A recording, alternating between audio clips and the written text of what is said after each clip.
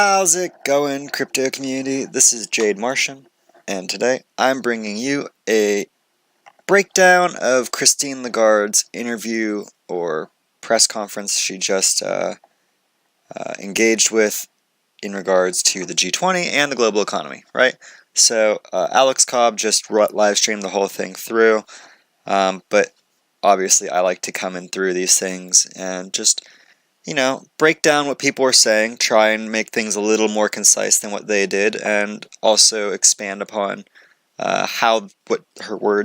what she's saying is going to be impactful to you as a new XRP investor, or maybe an old one, The main premise to me doing these kind of series, though, is for individuals who aren't financially, aren't versed in financial and economic lingo or really understand what is going on with these groups, right?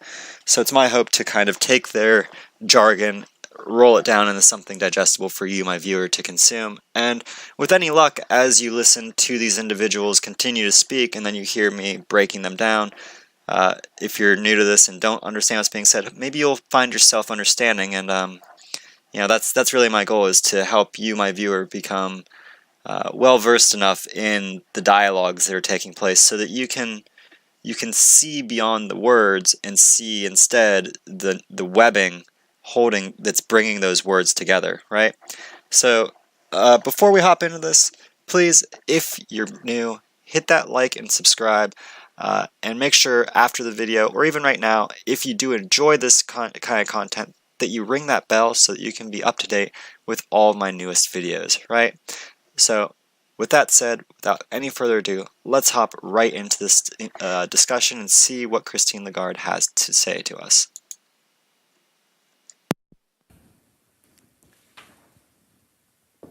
Well, I'd like to welcome everybody as well, and I'd want to say a special thank you to Madame Lagarde for coming and visiting us again. She's always welcome here, and this time around she's coming at a very opportune time, just before the G20 meeting in Japan, and at a time that the global economy has got many challenges. So maybe if we start, if you could give us, some indication of how you see the global economy right now.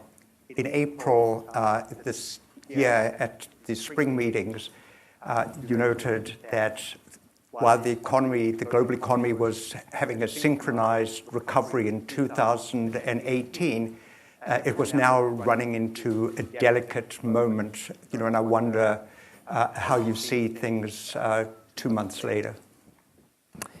Well, thank you so much, Desmond, and thank you very much, Arthur, for this extremely flattering introduction. But yes, the moral principles that you've referred to, I certainly abide by them. So I want to pause right there before she really jumps into this. The moral principles that Arthur was discussing, and his name is Arthur Brooke. He is the founder or CEO, ranking executive individual at AIE. So what Arthur had said prior to this that we didn't share is he's essentially for a democratic capitalist system, which doesn't just benefit the affluent and powerful, but instead becomes a more positive feedback system where there is a ground level for the greater society. He wants to see a future where, all these disenfranchised nation states are given access to stable financial liquidity so that their nations can then begin to prosper, and we can move away from many of the travesties we see in our world today. And so that's what Madame Lagarde here is referring to in regards to Arthur Brooks, right? So with that out of the way, let's hop back right in and see how she is going to respond to this gentleman whose name I have forgotten, how she's going to respond to him. And respect them highly.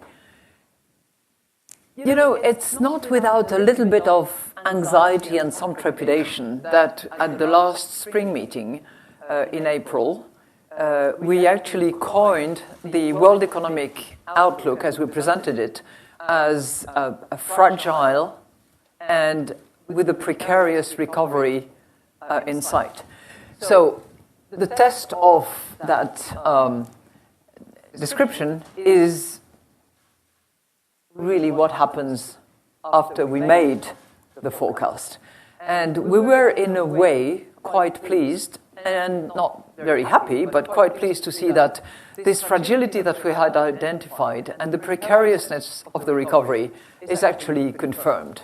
And the 3.3% global growth that we forecasted for 2019, we are maintaining certainly this forecast, and it's a downgrade by 0.4 relative to our forecast of October 2018. So it gives you an indication of this fragility that we identified, because we downgraded, and also because, as opposed to the 70% synchronized pickup that we had seen in 2017 and the first half of 2018, we're now seeing this sort of synchronized deceleration of growth, which is shared by about 70% of total GDP around the world. So, what did she just say in such a large 1.5 minute conjuncture or statement there?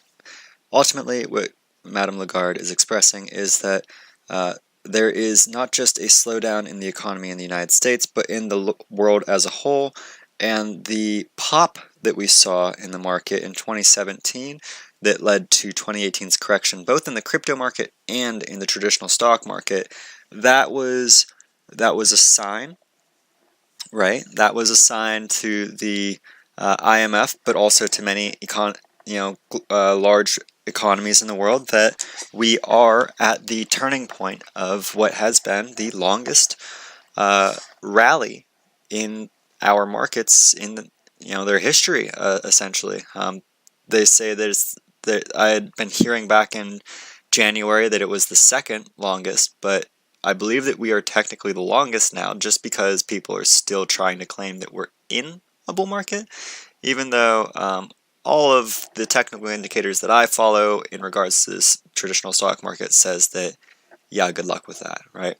So ultimately, though, the point that she was making again is that the global economy is in a deeply fragile, thus dangerous place in regards to global stability, because when your global infrastructure in regards to trade and commerce begins to break down, that's when positive relations between those nations begins to break down. And that's why many that's why many of us here in America who are listening now to me, why we're so anxious about what's going on between the US and China, even if we have a harsh critique of China, as many Americans do. At the end of the day, we still don't want a conflict with China, because we know just as well as they know that such a conflict wouldn't end well for either side, right? The best case scenario is we have a stalemate and we say, okay, well, we're going to have to agree to disagree.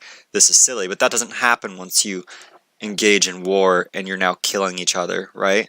And so this is a very big threat facing us, and Madame Lagarde is trying to be as diplomatic as possible in addressing the fragile nature of our global ecosystem and how it seems to be getting more and more fragile as the months go on. As she made reference to October to present, we've seen a reduction in global growth by 0.4%. And when you're talking about a 3% growth rate that we're experiencing right now, 0.4 is pretty big, right? That means that we basically lost 10% of our growth since October, right? Yo, come on now, Brave. How many ads are you gonna give me today? This is the second one in one video. I'm so sorry, guys, but I gotta get that ad rev. I gotta fund myself somehow out here, right? that fragility is still the same. It's a little bit differently distributed than what we had assumed. So most recently, the results for the US economy have been slightly better than what we had anticipated. Slightly better also the European Union.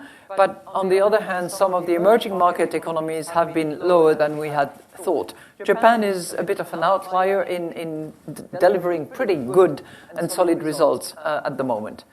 Precarious recovery, it certainly is the case. And we are seeing risks to the downside, and some of the risks that we had identified back a couple of months ago have actually begun materializing. You know, one of the risks that we had identified is the risks associated with trade tensions.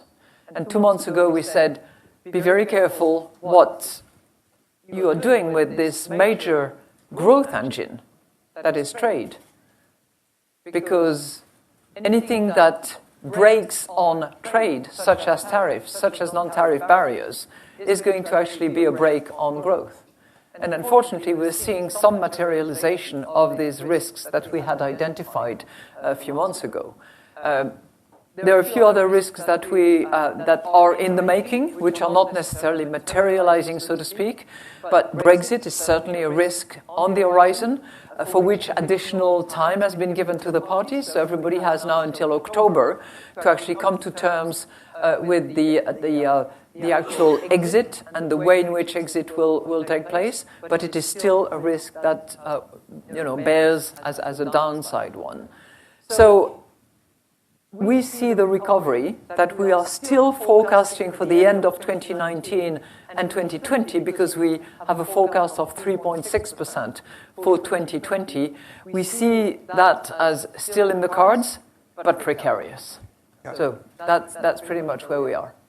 Thank you. I guess, though, that the downside risks in some sense have got more serious, that what I'm thinking about is that we're now getting a intensification in the US-China trade dispute, and that's now been broadened to Mexico, and there's a threat a little bit down the road, that the US postponed for 6 months introducing tariffs on European and Japanese automobiles, a 25% tariff.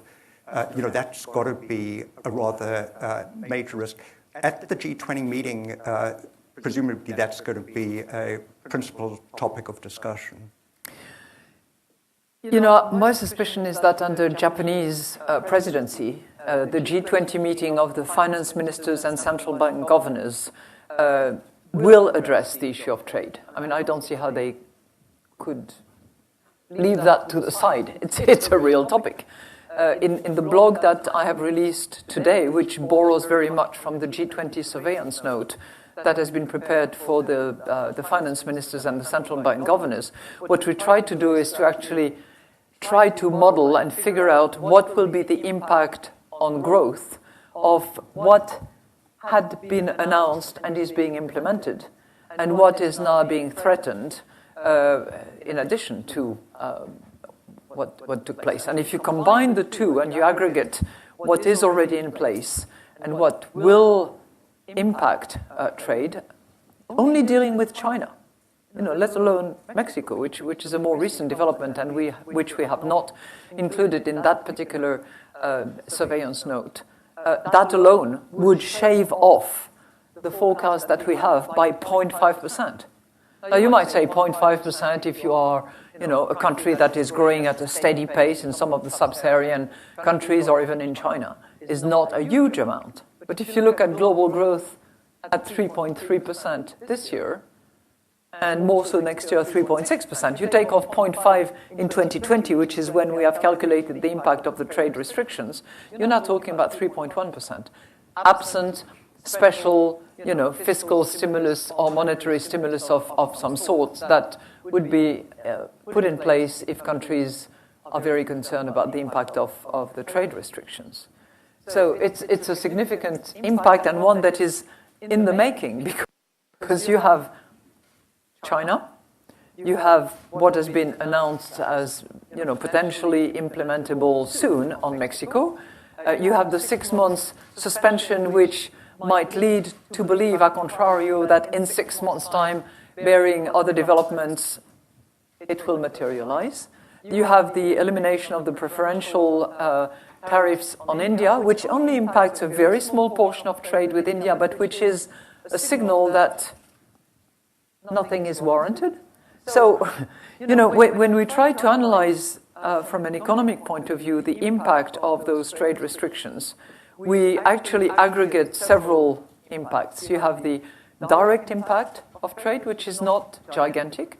And then you have the market impact, and then you add the confidence impact, which clearly has a bearing on investment and future decisions of economic actors. Yeah, I can. So, obviously, I let that go for quite a while because I wanted to allow them to continue to talk about what I touched about last time I interjected here. But now we're reaching the 14-15 minute mark, which means that I'm probably getting close to the 20 to 30 minute mark as far as how long this video has been. So we're going to call this part 1. And as a quick roundup, if you weren't able to follow what she's saying, yeah, there's this old system that we are currently utilizing, it's causing some serious issues. Just look to the trade conflict that we have between China and the U.S., which is now ramping up in regards to the U.S. and Mexico. And so this meeting that's going to happen in Japan, this G20 meeting that's going to happen in Japan, I'm saying Japan because many of you who are XRP investors for any considerable amount of time are aware that Japan is the biggest bull when it comes to not just digital assets, but XRP specifically, right? It's probably like a good competition between South Korea and Japan, but Japan is the one that seems to, right now at least, be the one that's full force implementing these policies and system changes necessary for their economy to transition into the new digital economy.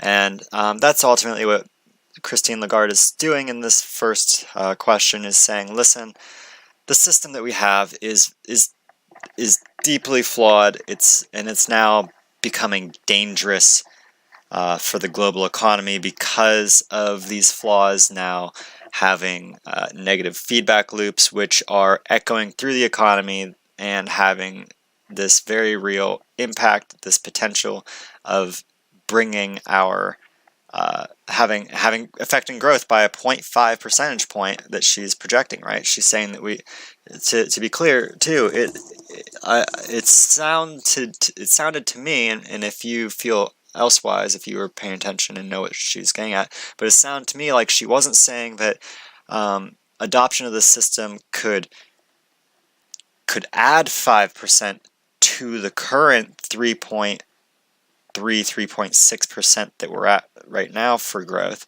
but could preserve that from being lost come 2020, which is what she was saying is projected to occur, right? So just to clarify her words there, she's saying that just because these systems go over to this digital economy, if that's the consensus that's reached in Japan at G20, it's not going to have this. She's